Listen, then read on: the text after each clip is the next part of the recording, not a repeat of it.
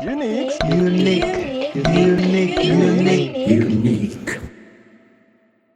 Salam Soulcatcher, apa kabar semuanya?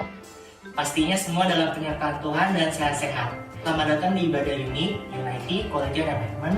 Saya Ren Yosua dari kampus GIOB Bekasi, biasa melayani sebagai Greeter dan Usher. Saya dan teman-teman dari kampus GIOB Bekasi sangat senang bisa ikut melayani dalam Ibadah Unik hari ini. Nah, sembari kita menunggu teman-teman yang lain untuk join, kita main games dulu yuk! Jadi pada games kali ini, kalian akan menebak 10 gambar yang akan ditampilkan pada layar. Dan pada gambar tersebut ada tokoh-tokoh Alkitab dan juga nama-nama tempat di Alkitab. Jadi kalian cara menjawabnya cukup tulis di kolom komentar ketika 10 gambar tersebut telah ditampilkan. Dan waktu yang diberikan adalah 10 detik. Berikut gambar-gambarnya. Gambar pertama.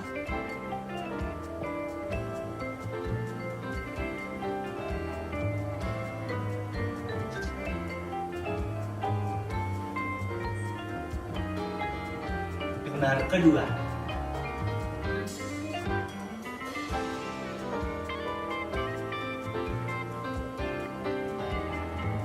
Gambar ketiga.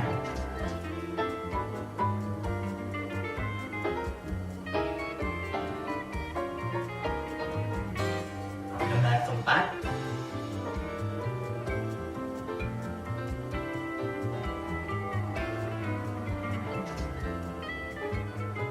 Gambar kelima.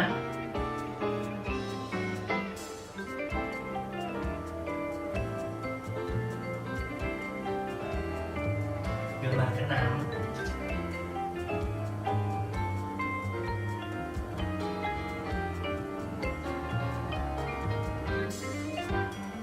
Gambar ketujuh.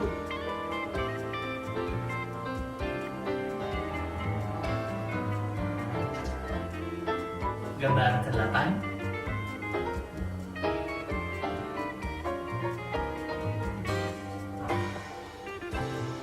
Gambar kesembilan.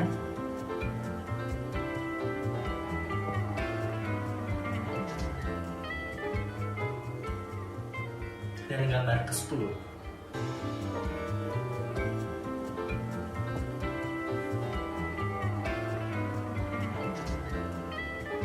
Nah, untuk teman-teman yang sudah tahu jawabannya, bisa langsung diisi di kolom komentar di bawah ini.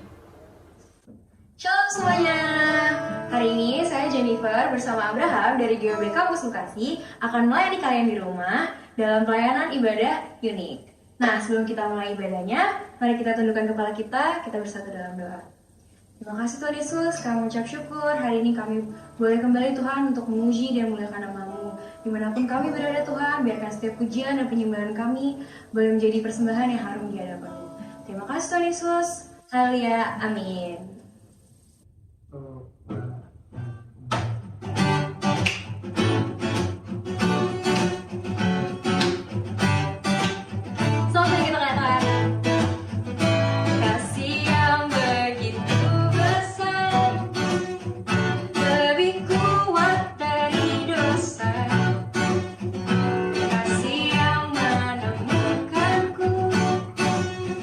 Selamatkan dan pulihkan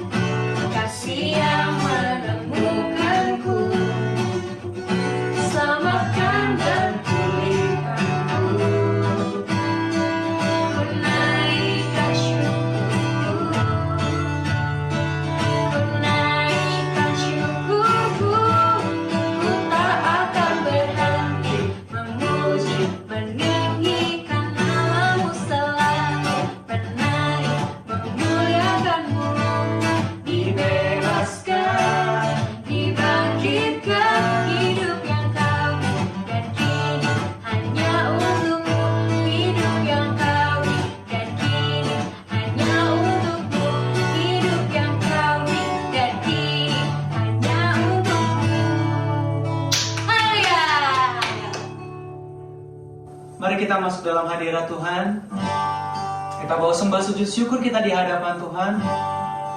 Dia mengerti isi hatimu, Dia mengerti pergumulanmu saat ini. Dia tahu yang terbaik untukmu teman-teman semua. Mari tundukkan kepala kita di hadapan Tuhan. Kita masuk dalam hadirat Tuhan yang kudus.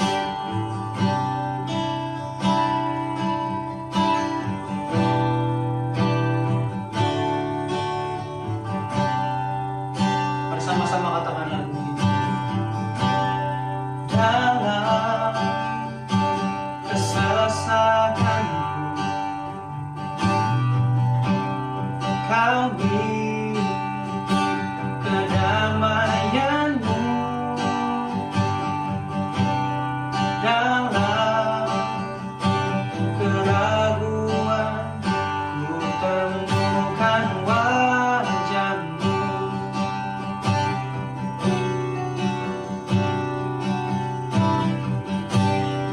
Karena pengorbananmu, Kau jadikanku baru.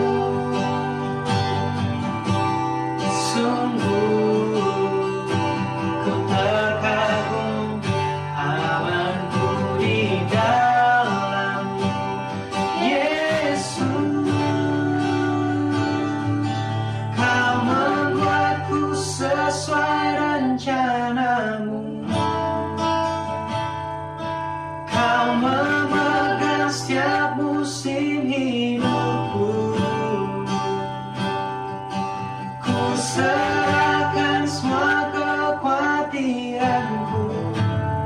Ku milik-Mu.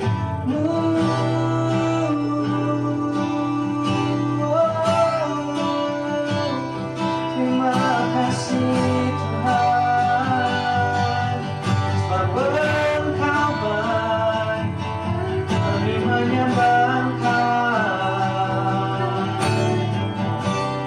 Karena pengorbanan-Mu, karena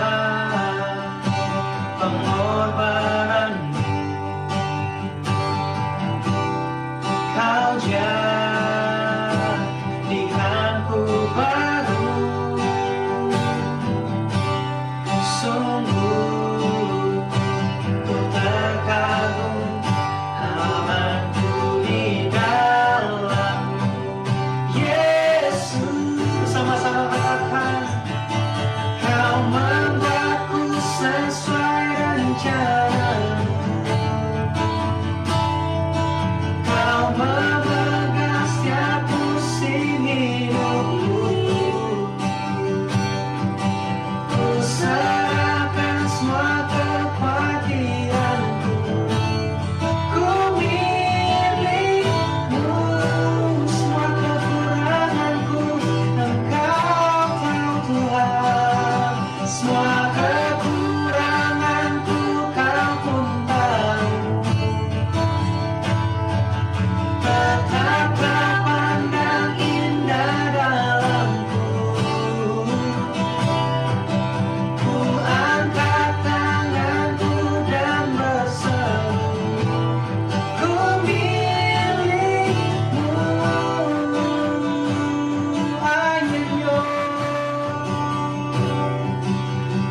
am yours, now forever.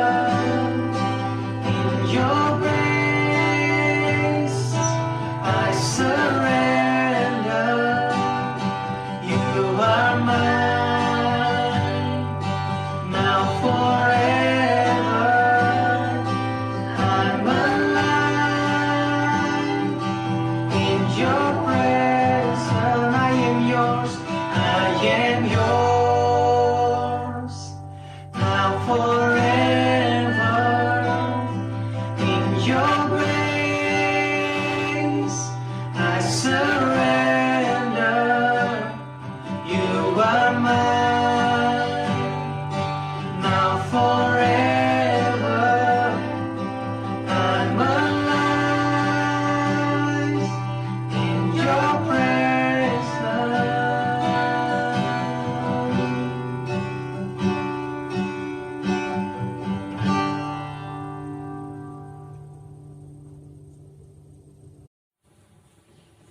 Shalom teman-teman, apa kabar? Saya percaya teman-teman dimanapun berada pasti dalam keadaan sehat dan juga dalam sukacita. Puji Tuhan, sebelumnya saya mau memperkenalkan diri saya Lia Johana Natalina Sembiring, yang biasa dipanggil Lia atau Kak Lia atau Ibu Lia karena saya sudah berkeluarga. Saya di Gereja Orang Beriman, Cabang Bekasi, saya melayani sebagai servant di Gereja Orang Beriman, Cabang Bekasi. Puji Tuhan, sebelumnya gereja kita sudah di minggu-minggu sebelumnya sudah ada tema yaitu unik, yaitu unity, quality, dan enlightenment, yang memiliki arti kita dimanapun berada tetap saling menopang, saling mendukung satu sama lain, terlebih saling mendukung di dalam doa. Puji Tuhan, sebelum kita dengar firman Tuhan, kita bersatu dalam doa. Tuhan, kami bersyukur, berterima kasih kepadamu Tuhan Yesus. Kami mau merenungkan firman-Mu. Tolong kami Tuhan, agar kami mengerti setiap firman-Mu dan melakukannya dalam kehidupan kami sehari-hari. Dalam nama Yesus, haleluya, amin. Pada hari ini teman-teman, saya membawa renungan firman Tuhan dengan judul Kehidupan Orang Kristen yang Dikehendaki Tuhan. Mari kita sama-sama baca dalam 1 Petrus 4 ayat ke-7 sampai dengan ayatnya yang ke-11. Hidup orang Kristen. Kesudahan segala sesuatu sudah dekat. Karena itu kuasailah dirimu dan jadilah tenang supaya kamu dapat berdoa. Tetapi yang terutama, kasihilah sungguh-sungguh seorang akan yang lain, sebab kasih menutupi banyak sekali dosa. Berilah tumpangan seorang akan yang lain dengan tidak bersungut-sungut. Layanilah seorang yang akan yang lain sesuai dengan karunia yang telah diperoleh tiap-tiap orang sebagai pengurus yang baik dari kasih karunia Allah. Jika ada orang yang berbicara, baiklah ia berbicara sebagai orang yang menyampaikan firman Allah. Jika ada orang yang melayani, baiklah ia melakukan dengan kekuatan yang dianugerahkan Allah, supaya Allah dimuliakan dalam segala sesuatu, karena Yesus Kristus, ialah yang mempunyai kemuliaan dan kuasa sampai selama-lamanya. Amin. Kalau kita belajar teman-teman, di mana kehidupan orang Kristen yang dikehendaki Tuhan, arti Kristen sendiri di dalam Alkitab muncul 3 kali.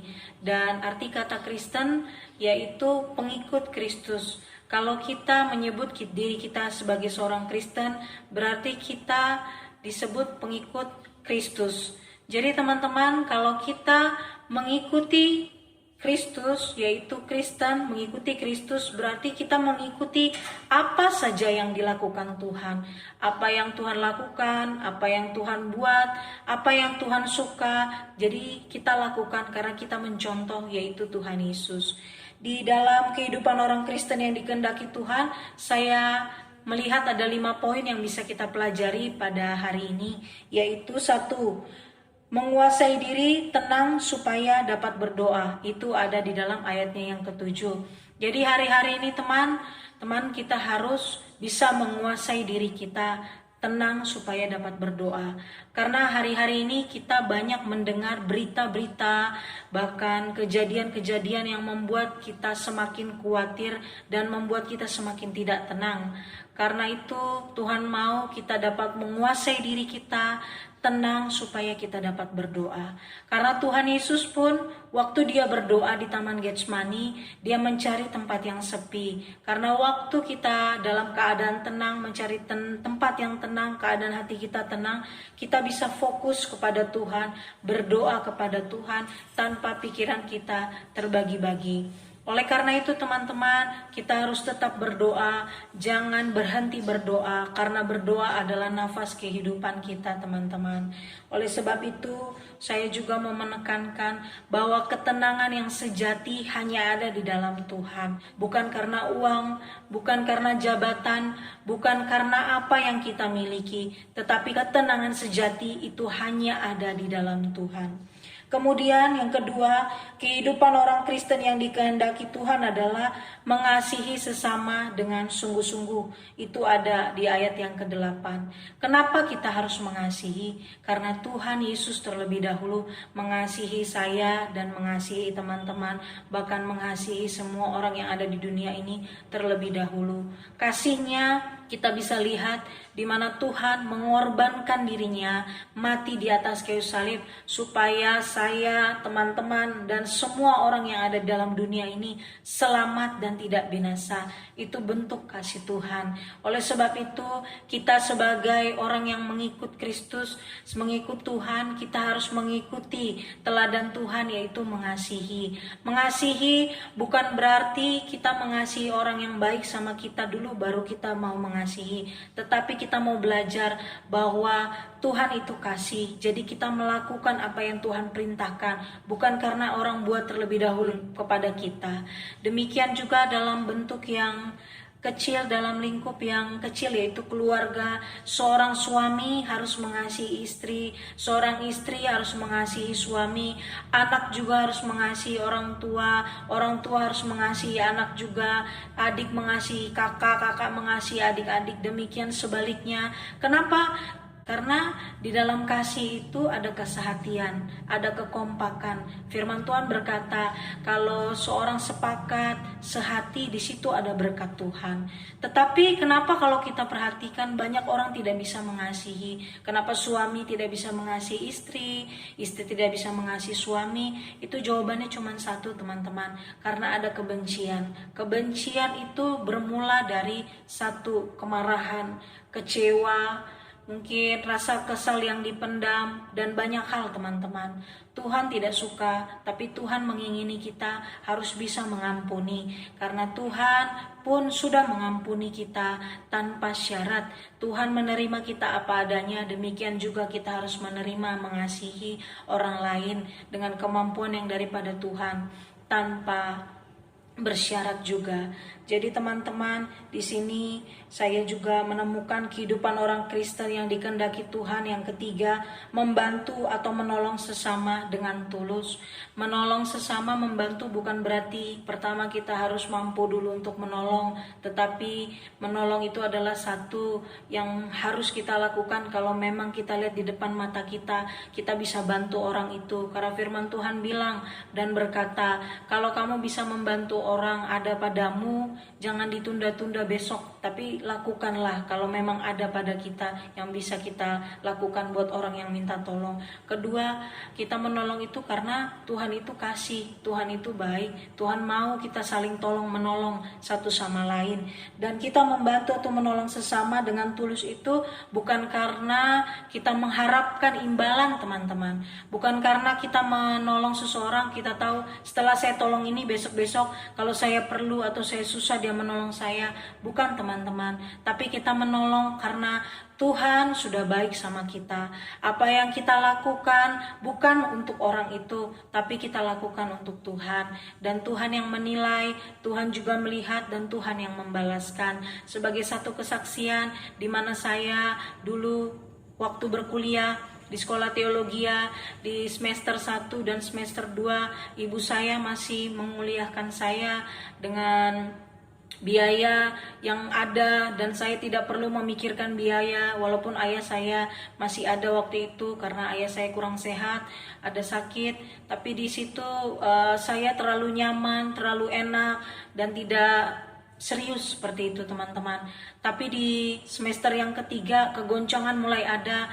Orang tua saya, ibu saya mulai bilang, mama sudah gak mampu lagi menyekolahkan kamu, membayar uang kuliahmu karena biaya untuk berobat bapakmu juga banyak. Dan di situ saya mulai galau. Di situ saya sudah mulai goyang iman saya, dan saya mulai bingung. Tapi saya memutuskan untuk bekerja dan mencari pekerjaan. Puji Tuhan, saya mendapat pekerjaan sebagai administrasi. Pada saat itu saya nggak peduli pekerjaan apa yang saya dapat, yang penting saya bisa dapat uang dan bisa bayar uang kuliah saya. Dan saya melihat di situ waktu saya bekerja, tidak secara sengaja saya masuk di jam kuliah sore. Harusnya jam 6 saya masuk, tapi jam 7 saya masuk. Di situ saya berusaha masuk karena saya takut absensi. absensi karena 4 kali tidak masuk, dianggap gagal satu mata kuliah, teman-teman. Akhirnya saya memberanikan diri masuk, dan di situ Pak Pendeta yang sedang mengajar, dia marah, tapi dia marahnya masih baik. Dia ngomong, "Kemana kamu? Banjir kah?" Dia bilang begitu. Tapi saya nggak ada perasaan marah. Saya jawab, "Maaf Pak, saya terlambat karena saya bekerja." Saya bilang begitu. Kemudian beliau bilang, "Kamu usia berapa?" 19 tahun. Saya bilang, "Oh, 19 tahun sudah bekerja." Dan setelah itu sudah saya duduk kembali. Gak lama, teman-teman, setelah 1 bulan kemudian saya ketemu dengan beliau lagi.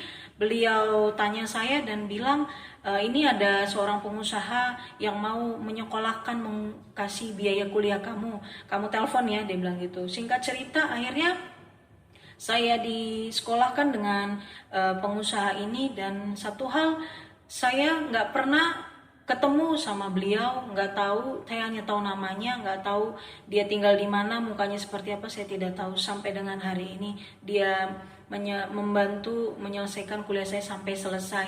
Satu hal, saya percaya juga Tuhan menolong beliau dimanapun berada, dan saya melihat bahwa pertolongan Tuhan nyata, dan saya saksikan kepada orang tua saya, ibu saya bilang, "Tuhan itu luar biasa, saya dikasih beasiswa seperti itu." Dan orang tua saya bilang, ibu saya ngomong, "Saya juga dulu suka memberi juga, jadi Tuhan itu tidak mempiutangi."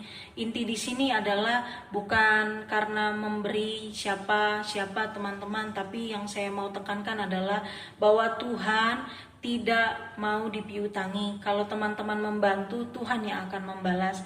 Bukan mungkin melalui dari orang yang teman-teman tolong, tapi melalui dari manapun juga. Demikian juga Tuhan Yesus, kalau teman-teman lihat, dia menyembuhkan 10 orang kusta, di mana hanya 1 saja yang kembali dan berterima kasih. Karena di situ kita lihat orang bisa lupa kebaikan, lupa berterima kasih. Tapi ingat, kalau teman-teman lakukan untuk Tuhan semuanya, Tuhan yang akan membalas. Kemudian untuk poin yang keempat, melayani sesama dengan karunia yang Tuhan berikan. Jadi kita ini saling melengkapi satu sama lain.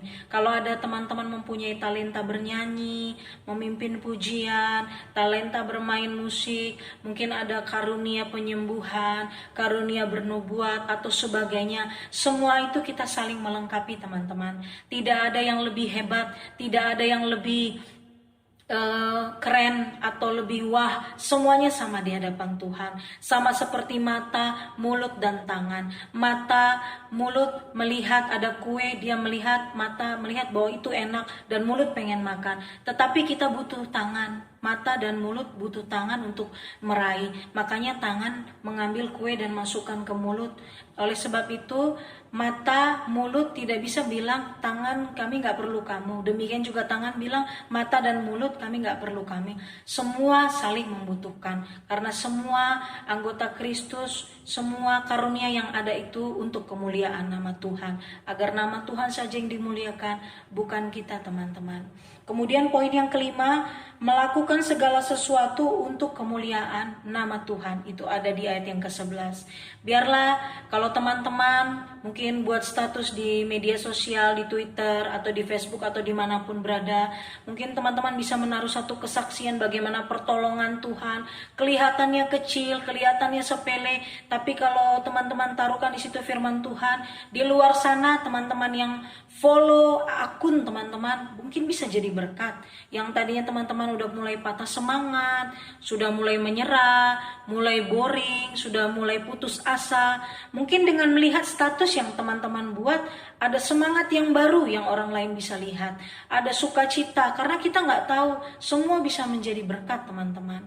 Oleh sebab itu, teman-teman harus melakukan semuanya atas dasar untuk Tuhan dan nama Tuhan saja yang dipermuliakan. Biarlah teman-teman dimanapun berada tetap semangat, tetap sukacita, jangan menyerah, jangan putus asa, tetap berharap kepada Tuhan, karena kita percaya Tuhan tetap beserta kita. Puji Tuhan, mari kita bersatu dalam doa. Tuhan Yesus, terima kasih untuk firman yang disampaikan pada siang hari ini. Kami percaya firman-Mu menguatkan, menopang kami. Kami percaya kami diubahkan, dan juga kami percaya kami melakukan firman-Mu dengan kekuatan daripada-Mu, Tuhan Yesus. Terima kasih Tuhan, kami berdoa. Haleluya.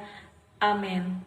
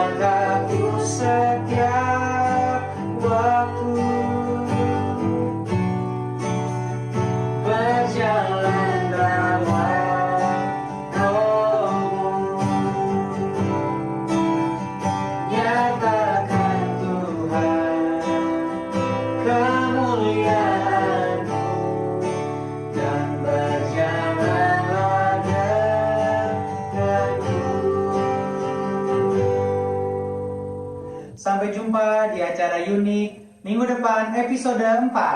Selamat hari Minggu, Tuhan Yesus memberkati. Shalom.